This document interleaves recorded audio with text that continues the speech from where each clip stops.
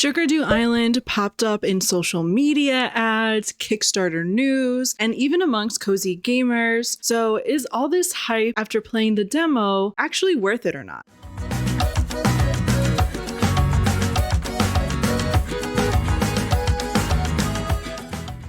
Hello, welcome back to Cozybichota. If you're new here, my name is Natalia, and if you're not, bienvenidos. Sugardew Island's demo has just released and in time for Steam's Next Fest. With the full release of the game in March, I decided to check it out myself and develop a bit of an opinion on the game as it is before you decide to check out the demo, or to encourage you to check it out before you decide to purchase it on its release date. The description of Sugardew Island is as follows. In this cozy farming game, you have to run your own farm shop, take care of your animals and your farm, sell your goods to the cute forest folk, upgrade the island, and fulfill small orders from the harmony tree to fill the island with life again. Now, what originally captivated my attention with this game was the really cute art style and honestly those animations when you look at the trailer. I'm not the biggest shop management type gamer, but I have been opening myself up to it a little bit more, so I was intrigued on how this one combined it with farming, and farming sims are my favorite to play. The demo itself ends at 8 days, so you get a pretty good idea of what the gameplay loop is all about. And to start off, we have some character customization. However,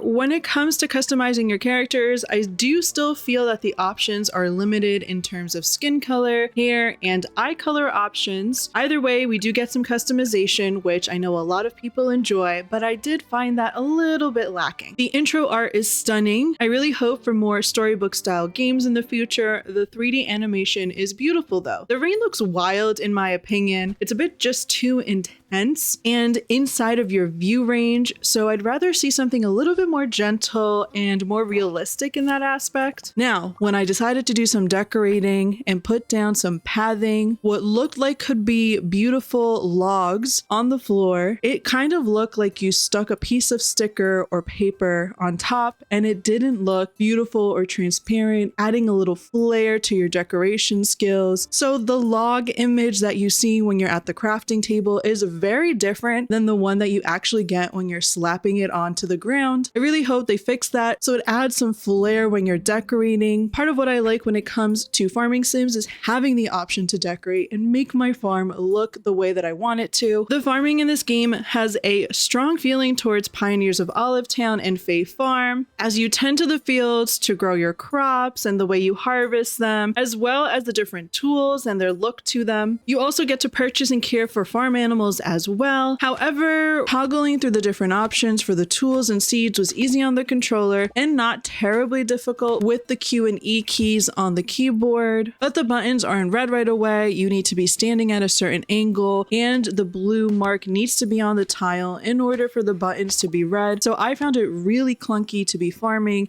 and that took away from the farming experience. However, the one thing I will know is that when you are farming and you are planting seeds or using some fertilizers, it doesn't actually take away from your stamina whatsoever. As a predominantly controller player, having controls that are seamless and non-clunky is a super essential part for my overall gaming experience. I did decide to switch between controller to keyboard and mouse just to get a feel for the difference. And just like the controller, you need to have the blue icon hovering over the tile in order to interact with it whenever you are farming. I found keyboard and mouse to be even clunkier and not smooth whatsoever, so I reverted back to using a controller. I do like the idea of the harmony tree and collecting enough harmony points to unlock different areas and upgrades. That's something different and something that you look forward to doing in the game. I also like the idea of the bulletin board to pick up quests for other characters, just to make some more money. Again, that adds an extra layer that's just different from simply farming and running a shop. You've got other little activities as well that contribute to the game. There's no time limit or a running clock. The mechanic in this game is a little bit different. So instead, it's a morning and night cycle based on when you finish at the shop. You choose when to start running the shop and then finish your day of selling and activate a night cycle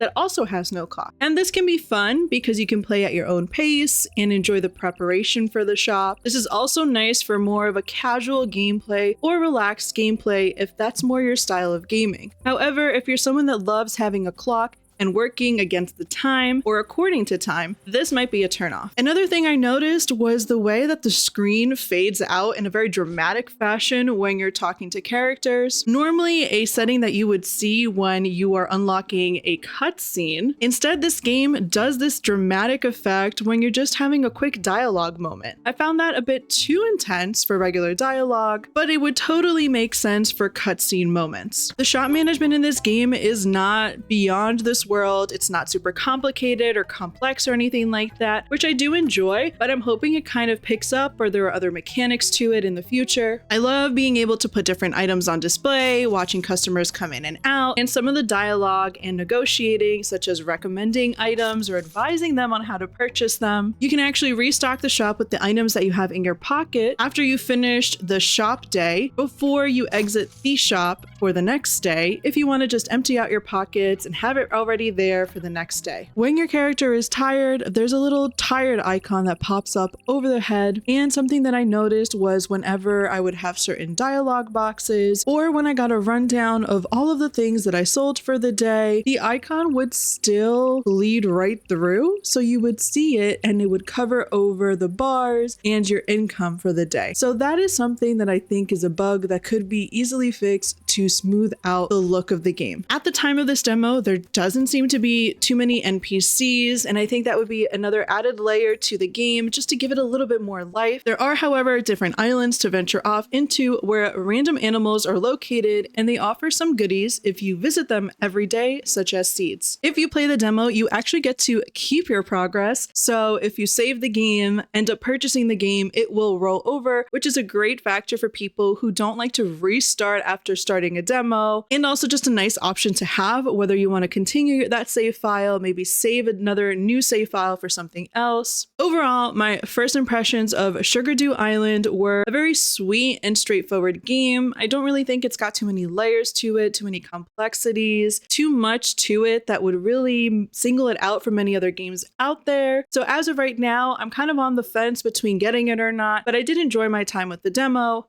I just wish that there was a little bit more, especially in a time when so many cozy games are so similar to each other. I want to be able to have something that stands out. So I encourage you to check out demos. And if this video helped you in any way, please consider giving it a like and go check out this demo yourself to make up your own mind and give me some feedback on what you thought of your experience. And if you enjoy cozy and gaming content, please make sure to subscribe to the channel for more. And from one bichota to another, stay cozy and see you next time. Adios!